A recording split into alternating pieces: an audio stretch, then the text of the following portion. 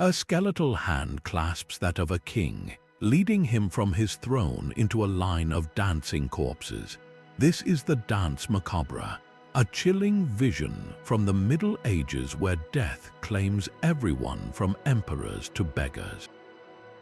But were these macabre murals simply a product of medieval gloom, or do they hold a deeper secret about how an entire civilization processed its collective trauma?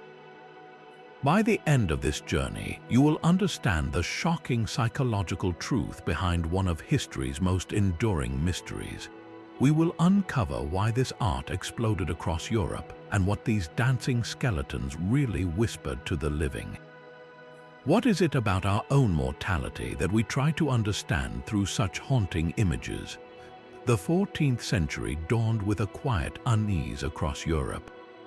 A subtle shift in the weather brought colder winters and wetter summers, leading to widespread crop failures and a population already weakened by famine.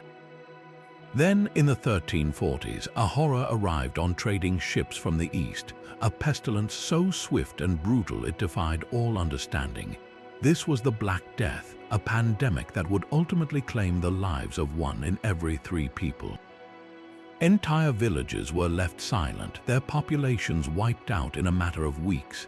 The social order, once so rigid and predictable, collapsed into chaos. Lords died alongside their serfs, merchants beside their customers. For the first time, death revealed itself as a truly democratic force, indifferent to wealth, power, or piety. This unprecedented scale of mortality shattered the medieval worldview. Where was God in this suffering? The church, the central pillar of society, offered prayers and processions that proved utterly futile. Its promises of divine protection and a heavenly reward felt hollow in the face of such random, agonizing death. This collective failure of faith created a deep spiritual crisis. People were not just dying, they were dying without reason or comfort, their fundamental beliefs about the world torn apart. It was from the fertile ground of this profound trauma that the seeds of the Dance Macabre would sprout. The art did not emerge from a simple fear of death, but from a civilization-wide need to process a grief so vast it had no name. How could you make sense of a world where life could be erased in a single, painful breath? The answer would be found not in scripture, but in the image of a skeleton tapping you on the shoulder, inviting you to dance. Out of this collective despair, a powerful new image took shape. The Dance Macabre was not a single painting or story, but a sprawling artistic allegory, a cultural phenomenon that swept across Europe. At its heart was a simple, terrifying premise. The personification of death, often a cheerful skeleton, leads a solemn procession of figures from every walk of life. We see a pope reluctantly pulled from his throne, an emperor dropping his scepter, a wealthy merchant abandoning his money chest, and a poor peasant leaving his plow.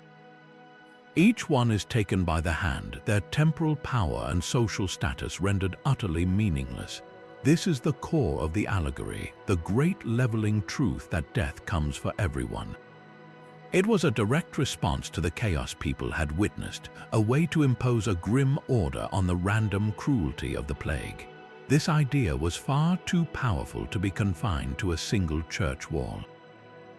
It became a multimedia meme of the late Middle Ages, appearing in vivid murals on cemetery cloisters, in the meticulous woodcuts of printed books, and later in lively plays and summer poetry performed in town squares. The message was everywhere, a constant rhythmic reminder set to the tune of a silent dance. The first grand public performance of this grim ballet did not appear in a cathedral or a palace, but on a wall surrounding a mass grave. In 1424, a sprawling mural depicting the Dance of Death was completed on the arcades of the Holy Innocents Cemetery in the heart of Paris. This was not a small, discreet painting. It was a massive public spectacle, a vivid fresco stretching for dozens of feet, showing a chain of 30 figures, each paired with their own lively skeleton. Here, a powerful king was pulled from his throne by a bony hand. There, a wealthy lawyer was led away from his legal texts, every social rank was represented, each character frozen in a moment of reluctant departure. The cemetery itself was a potent location, a place where the bones of the dead were constantly visible in charnel houses, a daily reminder of what awaited everyone. This mural transformed that general reminder into a specific, unforgettable narrative. It quickly became one of the city's most famous attractions, a place where people from all walks of life would gather, not in mourning but in fascination. They came to see the Pope and the pauper equals in the dance, to confront their own fears through the safety of art. For nearly 200 years, this painting served as the definitive version of the Dance Macabre, the original source from which countless copies and variations spread across the continent. Yet, this artistic patient zero met a fate as final as the deaths it portrayed. In the 17th century, as Paris modernized, the Holy Innocents Cemetery was dismantled. The walls were torn down, and the mural, that iconic masterpiece, was obliterated, lost to the very progress it once cautioned against. Today, we know of its power and its details only through the writings of amazed visitors, and crucially, through the work of artists who made copies and woodcut prints before its destruction. Its physical form is gone, but its ghost continues to lead the dance, its echo reverberating through every subsequent depiction. How did a single lost painting manage to spawn such an enduring and widespread cultural plague? These macabre murals were not mere decorations. They were immersive experiences, painted directly onto the wet plaster of church and cemetery walls in a demanding technique known as fresco. An artist would have only a few hours to apply his pigments before the plaster dried, locking the image in place for centuries. This was not art meant to be moved or sold. It was architecture itself, a permanent part of the community's spiritual landscape. The resulting figures were often stark and powerful, their bold outlines and simplified forms visible from a distance, ensuring that even the illiterate could understand the somber procession. Yet, for the Dance Macabre to truly become a cultural plague, it needed to travel. That mobility arrived with the woodcut. Artisans would meticulously carve a scene in reverse onto a block of wood, apply ink, and press it onto paper. These printed sheets were the mass media of their day, inexpensive and portable, allowing the dancing skeletons to march out of Paris and into the towns and villages of Germany, Switzerland, and beyond. The message was now unstoppable, replicated and distributed with a speed the original fresco masters could never have imagined. But why were these images so often placed in the most unsettling of locations? The preferred canvases were the walls of charnel houses and cemetery cloisters, places stacked high with the actual bones of the departed. Here, art and reality bled into one another. A parishioner would stand, surrounded by the skulls of their neighbors and ancestors, and look up at a painted skeleton leading a bishop away. The message was no longer a philosophical idea. It was visceral and immediate, a direct confrontation with the physical remains that proved the painting's grim truth. The line between the allegorical dance and the very real mortality under their feet was deliberately, terrifyingly blurred. What kind of psychological effect could such a constant, inescapable reminder have on a person or an entire society? A king clutches his crown as a skeleton playfully mimics his regal posture. A merchant desperately tries to count his coins while his bony partner leads him away from his chest of gold. This procession was meticulously organized, a deliberate parade of an entire society. The sequence always began at the very top of the medieval world with the Pope. As the vicar of Christ on earth, he represented the pinnacle of spiritual power and divine authority. His inclusion sent a seismic message. If even God's own representative on earth could not bargain for more time, then what hope did anyone else have? He was swiftly followed by the emperor and the king, the twin pillars of temporal power. These were the men who commanded armies, shaped laws, and whose very word could mean life or death for thousands. Yet in the dance they are stripped of their sovereignty, their scepters and crowns as useless as a child's toy against the grip of their grinning guide.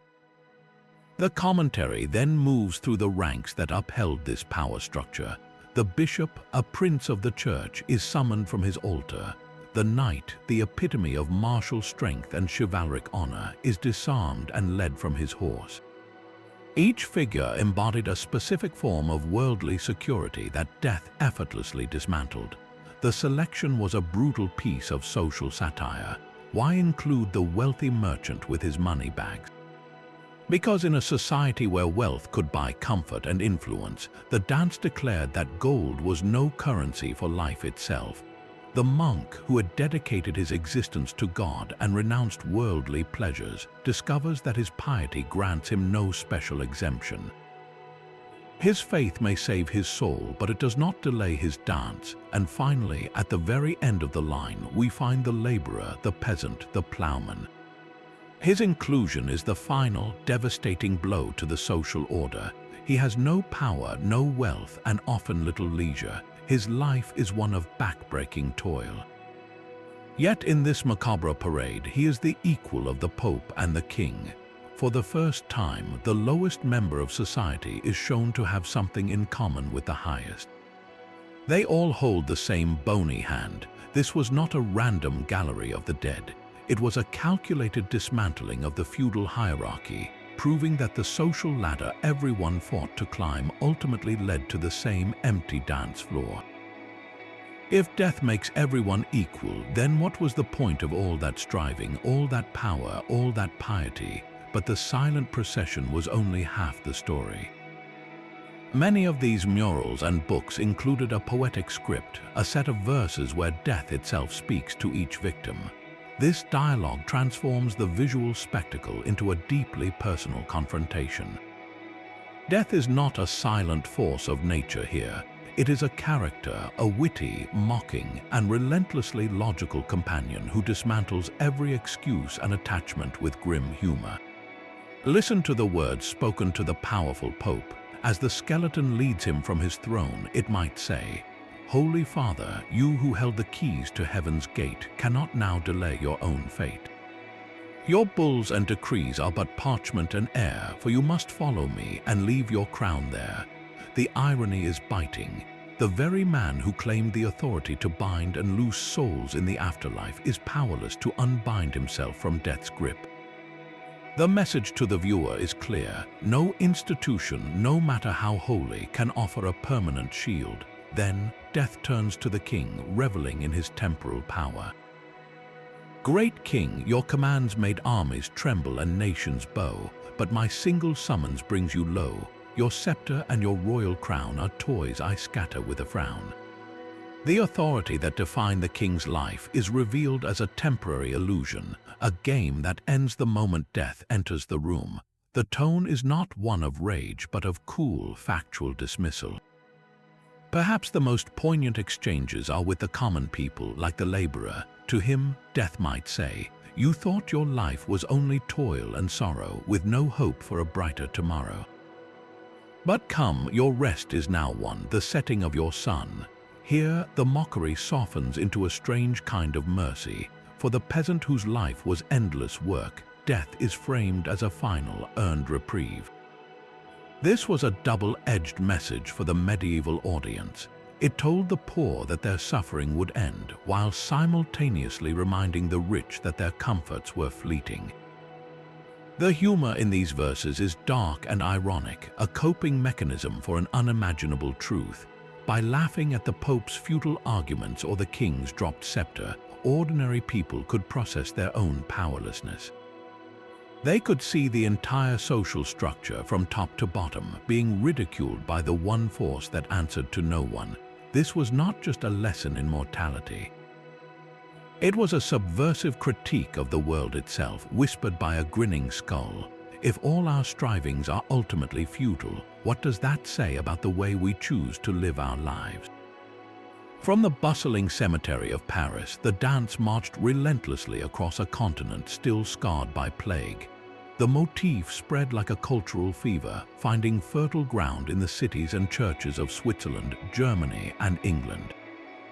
Each community adopted the skeleton's procession, weaving their own local fears and social critiques into the familiar parade. In Switzerland, one of the most vibrant and well-preserved examples awaits in Bern. Painted in the early 15th century on the walls of a Dominican friary, this mural was later carefully removed and now resides in the Bern Historical Museum. Its figures are remarkably expressive, their faces etched with resignation and surprise as their bony partners pull them into the line. The Bern version carries a distinct Swiss character, perhaps reflecting the Confederation's growing republican ideals, where the leveling power of death resonated with emerging notions of communal equality. Far to the north, in the powerful Hanseatic trading city of Lübeck, Germany, a different Totentanz, the German term for Dance of Death, emerged, created in 1463 in the hall of the city's charitable hospital.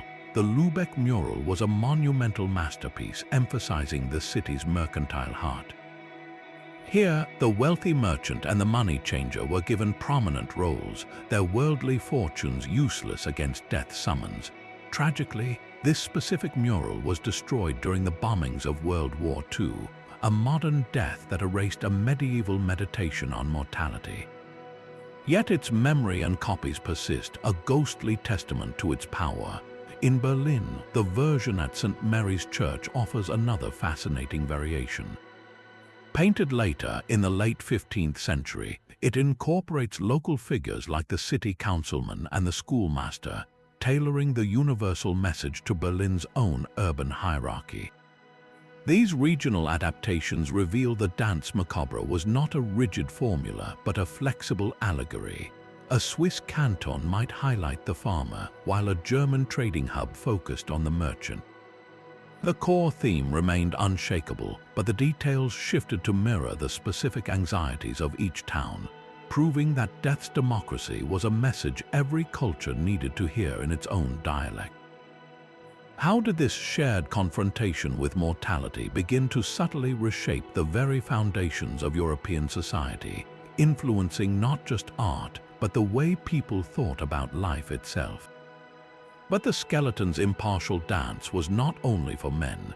A unique and telling variation of this theme soon emerged, focusing its grim gaze entirely on the female half of the population.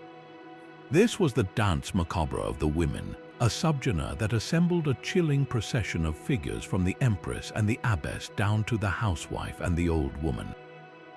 Here, the great leveler confronted the specific roles, virtues, and vulnerabilities assigned to women in the medieval world.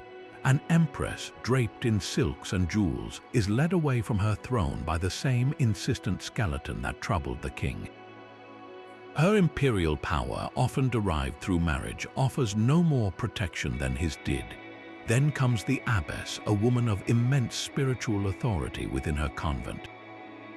She is pulled from her prayers, her devotion granting her no special dispensation from the physical end that awaits all flesh. The message of universal mortality remains, but the commentary shifts to target the particular societal pressures placed upon women. The young and beautiful Duchess is often depicted in the dance, her lovely face and fine clothes a stark contrast to the grinning skull beside her. The verses accompanying these images frequently chide her for vanity, for a pride in her appearance that death will swiftly decay. This moralizing tone connects directly to a powerful and damaging medieval idea, the concept of original sin stemming from Eve's temptation in the Garden of Eden. Female beauty and desire were often viewed with deep suspicion, seen as a dangerous snare that could lead men and all of humanity into sin. The Dance Macabre of the women thus became a potent tool for reinforcing this view, using the fear of death to preach against the perceived sins of vanity and worldly attachment. Yet, these images also reveal a more profound and sympathetic truth. They capture the immense mortal dangers that were simply part of a woman's life. The portrayal of the housewife or the mother was especially poignant. In an era of perilous childbirth and rampant disease, her dance was not just a philosophical idea but a daily reality. Her fears were not for lost crowns or coins, but for the children she might leave motherless, the household that would falter without her care. The inclusion of the old woman, a figure often marginalized and vulnerable, completed this female-centered narrative. Her dance suggested that even a long life, weathered by toil and time, still concluded with the same final summons. This entire subgenre held up a dark mirror to the lives of medieval women. It reflected a world that simultaneously objectified their beauty, sanctified their piety, depended on their labor, and blamed them for humanity's fall. The dancing skeleton, in leading this female parade, was not just a reminder of death. It was a chilling commentary on the fleeting nature of every role a woman was ever allowed to play. The grinning skeletons of the Dance Macabre were not simply meant to terrify.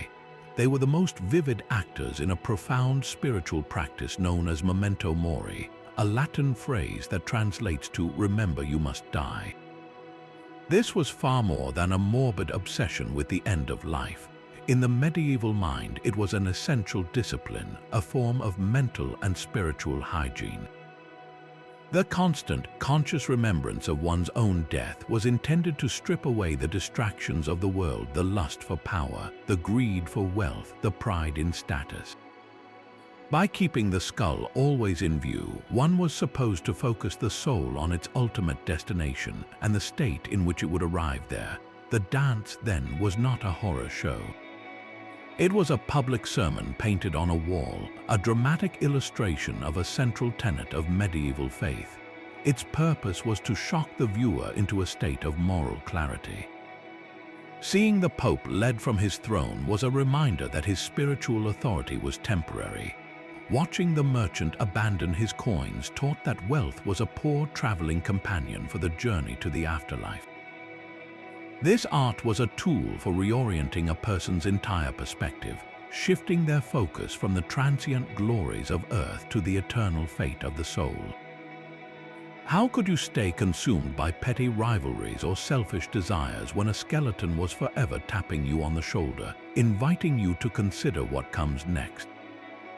The message was urgent and practical.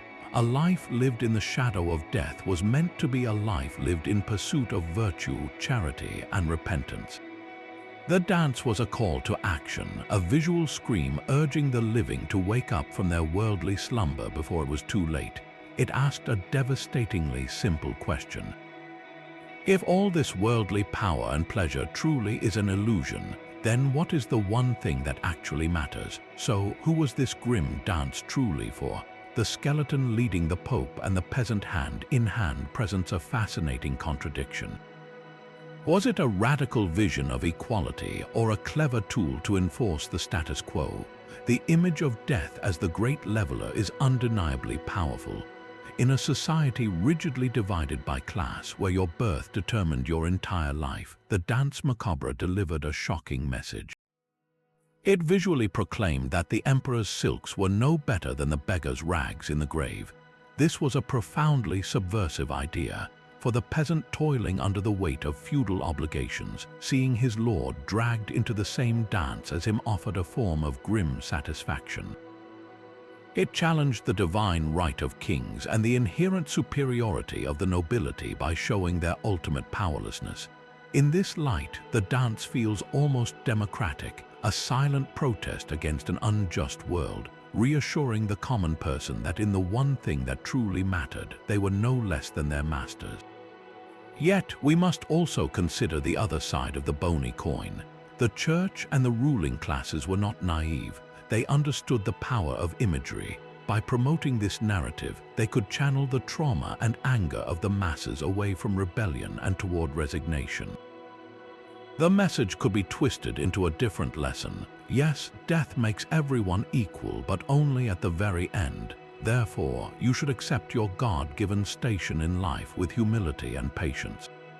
Why struggle against the feudal order if its temporary inequalities are all wiped clean by the same final fate?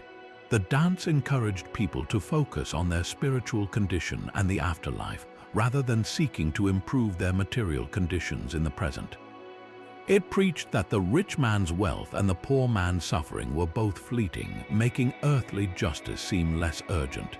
In this interpretation, the Dance Macabre becomes a safety valve for social pressure. It allowed people to vent their frustrations symbolically through art instead of acting on them in the streets. The grinning skeleton, then, could be seen as the ultimate peacekeeper, reminding everyone to stay in line and wait for their turn to die. This duality is what makes the Dance Macabre so psychologically complex. It was both a critique of power and a mechanism for its preservation. It gave voice to the powerlessness of the common person while simultaneously encouraging them to endure it. The same image that offered the cold comfort of equality also served to reinforce the very hierarchy it seemingly mocked. So, was it a call for social justice or a sermon on divine obedience? Perhaps it was always both, a perfect mirror reflecting the conflicted soul of the Middle Ages itself, torn between a desperate hunger for meaning and a deep-seated fear of chaos. The silent dance of the frescoes finally found its voice. Centuries after the last pigments dried on the cemetery walls, the macabre theme leaped from the visual into the auditory, proving its grip on the human imagination was far from over. In 1874, the French composer Camille Saint-Saëns composed a tone poem titled Dance Macabre, translating the grim procession into a breathtaking musical narrative. The piece opens with 12 strokes from a harp, the midnight bell tolling in a silent, starlit graveyard. Then, death itself makes its entrance, not with a bony hand, but with the eerie, dissonant notes of a solo violin.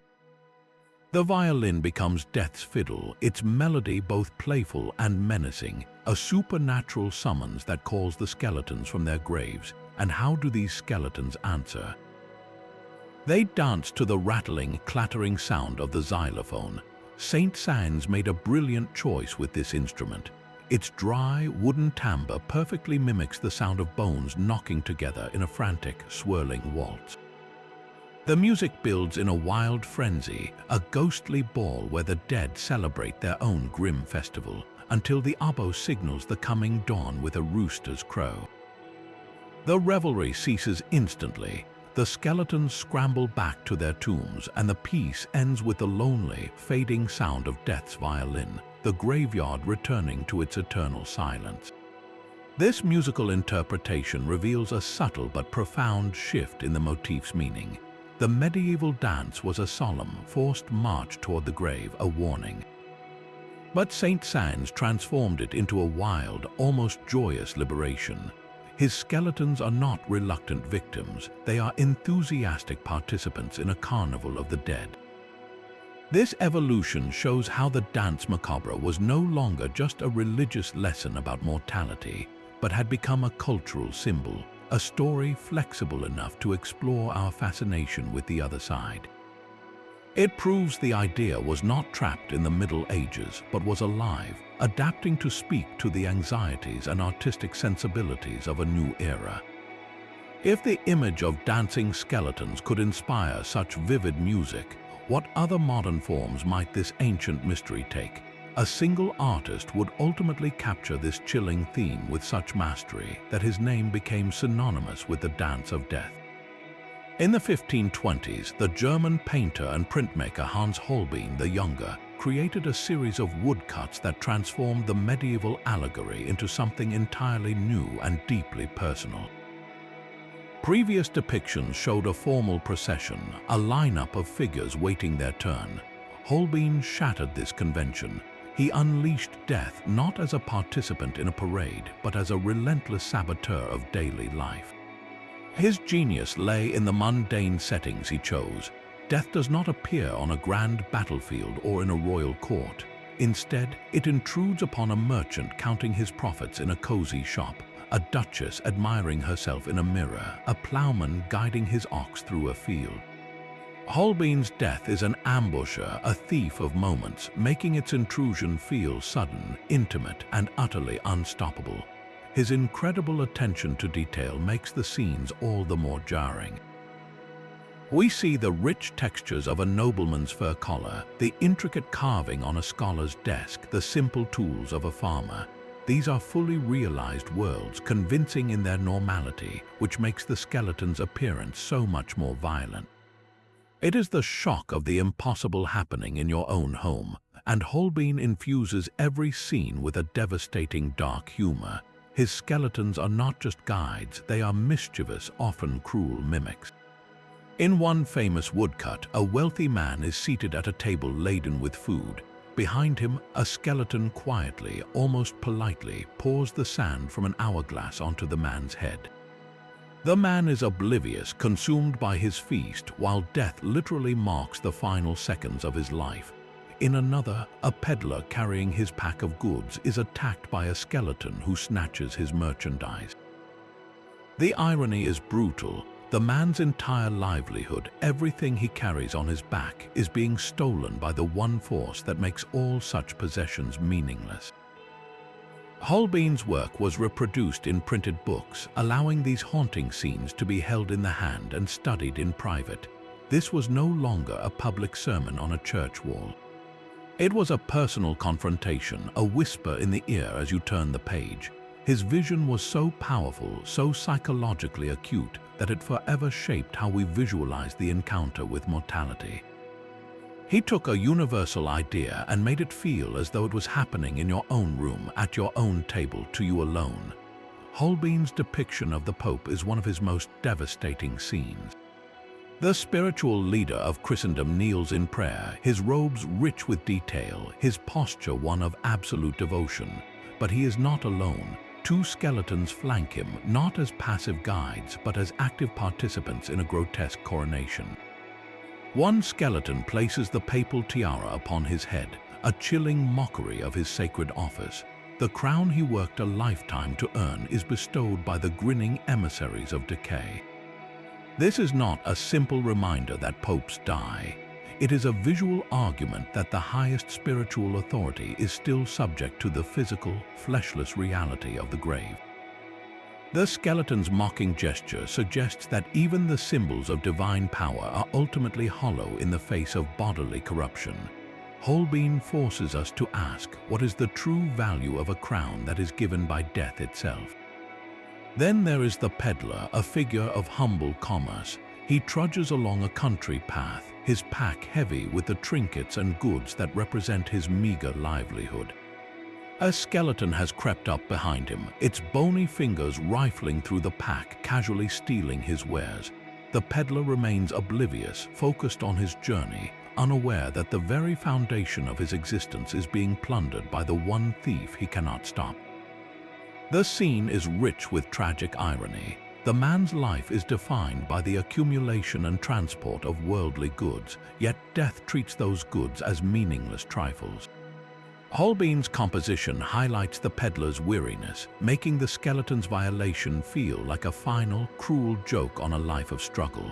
All his striving, all his carrying of burdens, ends with a silent partner who lightens his load only to lead him to the grave. But perhaps the most heartbreaking of all is the panel of the child. In a world where infant mortality was terrifyingly common, Holbein chose to include the most innocent of victims. A small, trusting child is led by the hand, looking up at a skeleton who gestures forward as if to a new playground. The skeleton's posture is almost gentle, a perversion of parental guidance. This scene strips away all the dark humor and social satire, leaving only pure, unadulterated tragedy. The great leveler does not discriminate by age. The child's inclusion underscores the random, non-judgmental nature of death in a way that the deaths of popes and kings never could. It confronts the viewer with the most painful and inexplicable of losses, suggesting that the dance claims not only those who have lived full lives, but also those who have barely begun. In this single image, the entire philosophical framework of the Dance Macabre is tested. What moral lesson can be drawn from the death of a child? Holbein offers no easy answer, only a profound and silent grief. Through these meticulously crafted scenes, he elevated a medieval allegory into a timeless exploration of the human condition. proving that the most powerful reminders of our mortality are found not in grand processions, but in the quiet, intimate moments of our lives. That haunting beaked mask is a universal symbol of medieval plague, yet you will search in vain for it among the authentic Dance Macabre murals. The figure of the plague doctor, in his long cloak and grotesque bird-like headpiece, is a glaring absence in these processions of the dead. This is because his iconic costume only became widespread in the 17th century, long after the great medieval frescoes were painted. He is a latecomer to the story, a character from a different act. His absence reveals a crucial truth about the dance's purpose. This art was never about the struggle against disease, the frantic attempts of physicians to cure the body. It was a solemn meditation on the inevitable outcome that no medicine could prevent. The dance skipped the drama of the sick and went straight to the grave, focusing on the moment when all remedies, prayers, and protections had irrevocably failed. Our modern imagination often compresses history, creating a collage where knights, castles, and beaked doctors all coexist in a single moment. But the true dance of death presents a more refined and philosophical horror. It asks us to look past the temporary battle with illness and directly confront the final equality that awaits us all on the other side. The plague doctor fought the sickness, but the skeleton always won the war. What does this subtle gap between our perception and historical reality tell us about how we remember and misremember the traumas of the past? The chilling procession of skeletons did not remain trapped in the silent halls of churches. It found a vibrant new voice in the world of words, carried forward by poets and writers who understood its power. In the shadowy taverns of 15th century Paris, the poet François Villon composed verses that pulsed with the same grim energy as the cemetery murals. His famous ballad, where he asks, "Where are the snows of yesteryear?" is a literary echo of the Dance Macabre. He lists beautiful women and powerful lords now long dead. His poetry a relentless questioning of worldly glory that dissolves into dust. Villon was not simply writing about death, he was channeling its voice, forcing his readers to see the grinning skull beneath every fair face and every crown. This artistic conversation with mortality only grew richer with time. William Shakespeare, centuries later, wove the motif directly into his plays. In Hamlet, the prince holds the skull of the court jester Yorick, a moment ripped straight from the memento mori tradition. Hamlet's meditation on the flesh melting from the bone and the noble dust of Alexander stopping a beer barrel is a soliloquy on the great leveling power of the grave. It is the Dance Macabre performed on a barren stage, with a single skull standing in for the entire procession. But perhaps no author embraced the social critique of the dance more fully than Charles Dickens.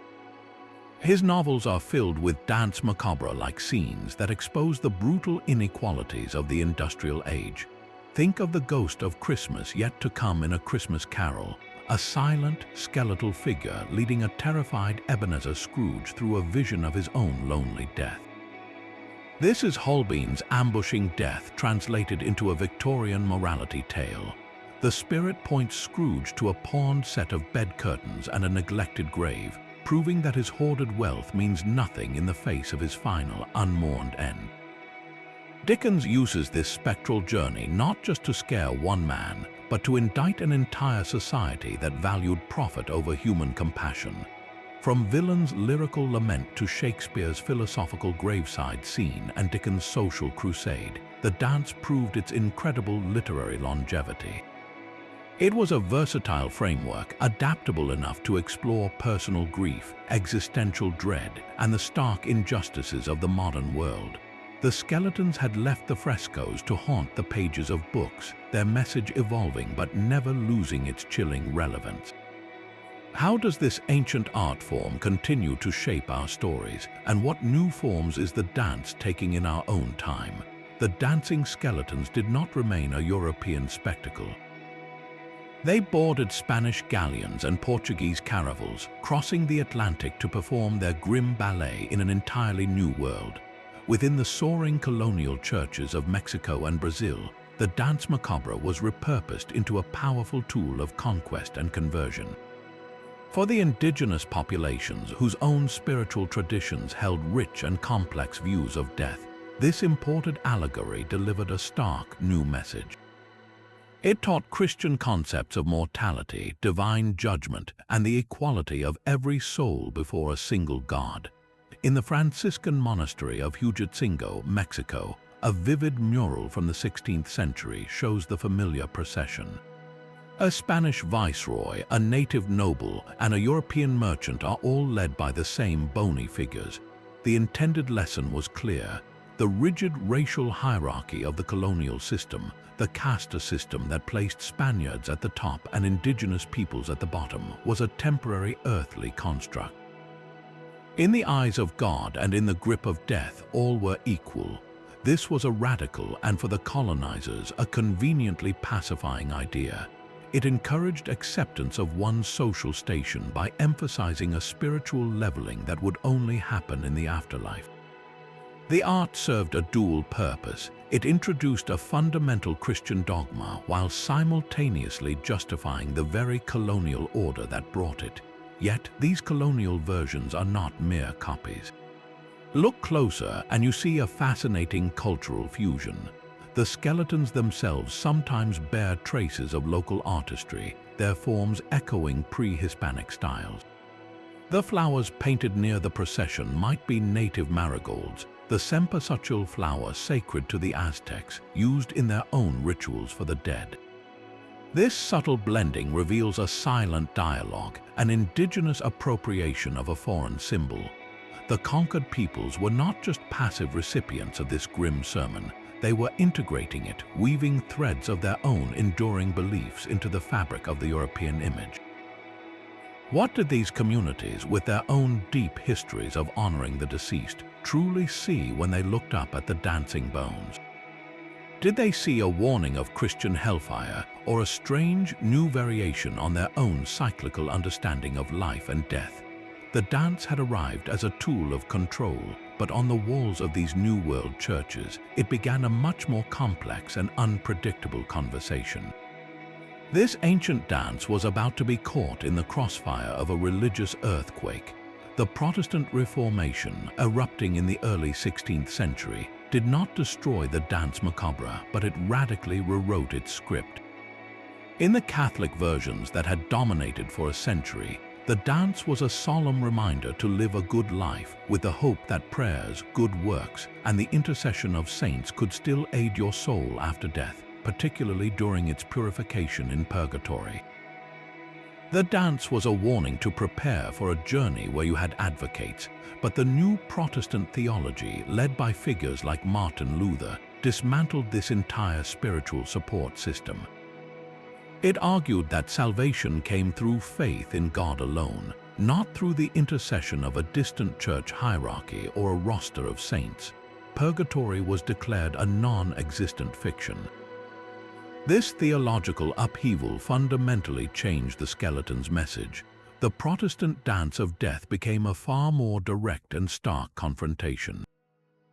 The focus shifted sharply from the hope for post-mortem aid to the terrifying immediacy of God's final judgment at the moment of death. All the comforting layers of ritual and intercession were stripped away.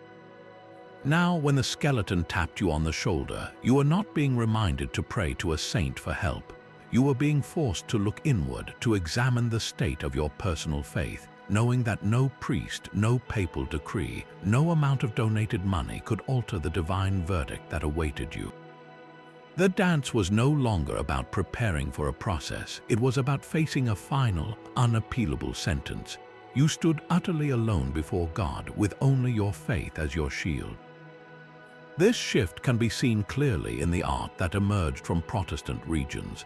The processions became less about a communal march and more about intense, individual encounters. The tone of the verses changed too, losing much of their dark, mocking humor and becoming more severe and doctrinal. The skeleton became less of a witty companion and more of a divine bailiff, enforcing a law from which there was no escape. How could an artistic motif survive such a profound transformation? It endured because the core truth was too powerful to discard. The great leveler still leveled, but now he worked for a different boss under a new and more austere management. The dance had always asked what truly matters in the face of death, and the Reformation provided a stark, new answer, one that placed the entire burden of salvation squarely on the individual soul. The grinning skeleton has traded its medieval fresco for a movie screen. This ancient allegory did not fade with the Middle Ages. It simply learned new steps, its democratic dance echoing through our most popular modern stories. Consider the Gothic imagination of filmmaker Tim Burton. His worlds are filled with characters who would feel right at home in a Dance Macabre procession, from the skeletal Jack Skellington in The Nightmare Before Christmas to the pallid, misunderstood Emily in Corpse Bride. Burton's aesthetic revels in the macabre not to terrify but to find a strange beauty and humor in decay. He transforms death from a grim end into a quirky, sometimes melancholic neighbor. His work strips away the fear of the other side, making skeletons and ghosts relatable, even sympathetic. This is a direct descendant of the medieval tradition, a way of taming our mortality by giving it a personality and inviting it to the party. The dance's influence becomes even more explicit in the dramatic opening of the James Bond film Skyfall. After a near-fatal shooting, Bond plunges into a watery abyss, and the title sequence unfolds as a haunting dream. Silhouetted figures, both living and skeletal, drift and merge in a slow, elegant ballet.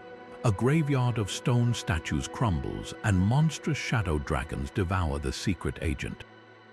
This is a pure, cinematic dance of death, visualizing Bond's internal struggle and his brush with oblivion.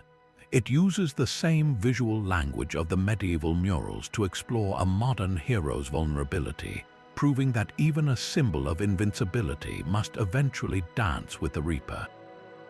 The motif marches on into the interactive realms of graphic novels and video games. Neil Gaiman's The Sandman features death not as a grim specter, but as a cheerful, understanding goth girl who meets everyone with the same gentle finality. In the brutally challenging world of Dark Souls, the player constantly confronts failure and demise, with skeletons serving as common enemies and the entire narrative steeped in cycles of decay. Here, the Great Leveler is not a single character but the game's very mechanics, reminding every player, no matter how skilled, that death is an inevitable and frequent teacher. This constant, humbling cycle is the interactive evolution of Memento Mori, a digital meditation on futility and perseverance. These modern interpretations reveal a profound truth. The Dance Macabre endures because its core message is timeless. Whether in a Gothic film, a spy thriller, or a digital fantasy, we are still captivated by the image of a force that renders all our striving, all our power, and all our stories ultimately equal. The music has changed, but the dance remains the same. This psychological pull toward the macabre is not a modern perversion, but a fundamental human instinct for managing the unmanageable. We are drawn to these grim images for the same reason we tell ghost stories around a campfire or slow down to look at a traffic accident. Confronting death in a controlled, symbolic way gives us a strange sense of power over it. A compelling modern framework for this behavior is called terror management theory. This psychological theory suggests that our deep-seated fear of death creates a constant, low-level anxiety that we must manage to function. One of the primary ways we do this is by immersing ourselves in cultural worldviews and symbols that give our lives meaning and a sense of permanence, something that outlasts our fragile physical bodies. The Dance Macabre was a perfect pre-scientific embodiment of this very process. By painting death as a grinning, dancing skeleton who treated the Pope and the peasant as equals, medieval people were not just being morbid. They were actively taming their terror. They were taking the random, agonizing, and utterly senseless reality of the plague and transforming it into an orderly, predictable narrative. The skeleton was no longer an invisible, chaotic force, but a character with rules. It was a familiar figure you could see, a story you could understand. This transformation of the utterly terrifying into something familiar is a classic coping mechanism. Think of how a child afraid of the dark might give a friendly name to the monster under the bed or draw a picture of it. By giving the fear a form, it becomes less formless and therefore less potent. The Dance Macabre did this on a civilizational scale. It ritualized mortality through art, allowing people to stare into the abyss together and in doing so find a way to keep living. It asked the most frightening question imaginable, and by giving it a visual answer, it made the world feel just a little less chaotic. What other dark corners of our own minds might we be exploring when we click on a horror movie or read a true crime story today? Beneath the painted frescoes and printed pages lies the cold, hard evidence of the grave. Archaeology uncovers the stark physical reality that gave birth to the Dance Macabre, revealing a world where the artistic metaphor was a daily, gruesome truth. In the shadowy ossuaries and charnel houses of Europe, we find the most direct connection to the art. These structures were not hidden away, but were central features of churchyards filled with the carefully stacked bones of generations. A visitor to a place like the Parisian cemetery of the Holy Innocents would have seen walls adorned with dancing skeletons while standing mere feet from towers of actual femurs and skulls. The art was a direct commentary on the very relics surrounding the viewer, a philosophical argument written in bone and pigment. The message of equality was not just an idea, it was a physical fact displayed in these grim repositories where the remains of nobles and commoners were mingled together in anonymous, democratic piles. But the most chilling archaeological evidence comes from the plague pits. These are not orderly ossuaries, but emergency mass graves, hastily dug in moments of sheer societal collapse. Excavations across Europe have uncovered these horrific time capsules. In London, a pit unearthed at a former medieval monastery contained layer upon layer of skeletons, all dating to the Black Death outbreak of 1348. The bodies were not placed in individual coffins with Christian rites, but were dumped in chaotic stacks, sometimes with lime to hasten decomposition. Here lies a merchant, his skeleton still clutching a faded coin purse. There, the delicate bones of a child are nestled against the robust frame of an adult, perhaps a parent, all united in a single anonymous grave. This is the Dance Macabre stripped of all its artistry and poetry. It is the raw archaeological proof of the allegory's central theme. In these pits, the great leveling power of death is not a symbolic procession, it is a brutal physical reality. The plague did not care about your social standing as it bundled your body into a common ditch.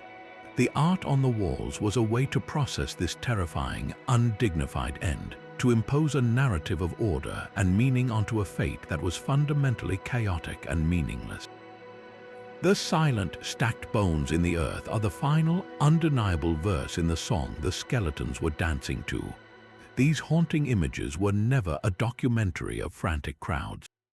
A persistent myth suggests the Dance Macabre was inspired by real outbreaks of so-called dancing mania, historical episodes where groups of people were reportedly seized by an uncontrollable urge to dance, sometimes to the point of collapse or death.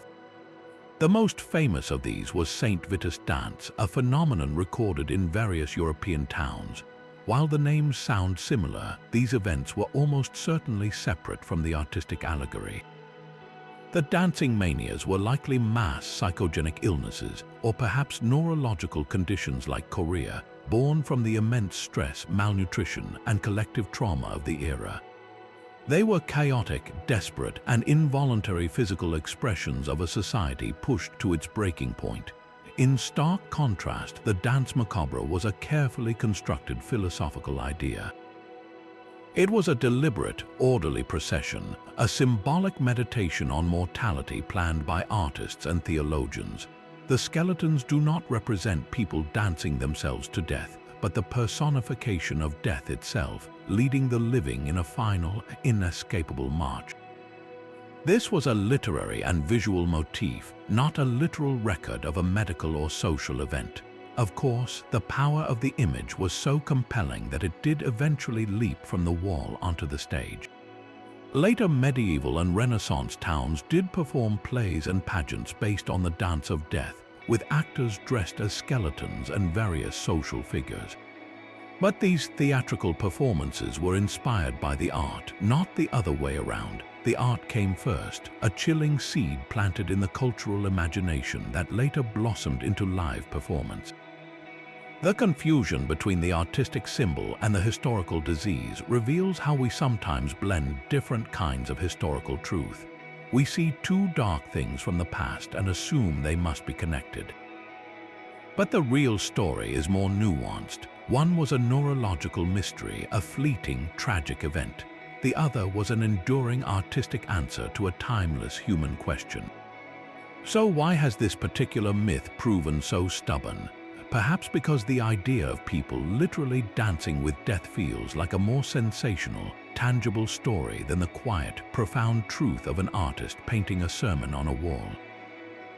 Far to the north, in the medieval merchant city of Tallinn, the dance found one of its most chilling and complete expressions. Within the hallowed stone walls of St. Nicholas Church, a masterpiece by the German artist Bernd Nock has survived for over 500 years. This is not a fragmented fresco on a crumbling wall, but a monumental panel painting, a work of staggering scale and artistic ambition. It stretches for nearly 100 feet along the church interior, an epic procession of life and death frozen in time.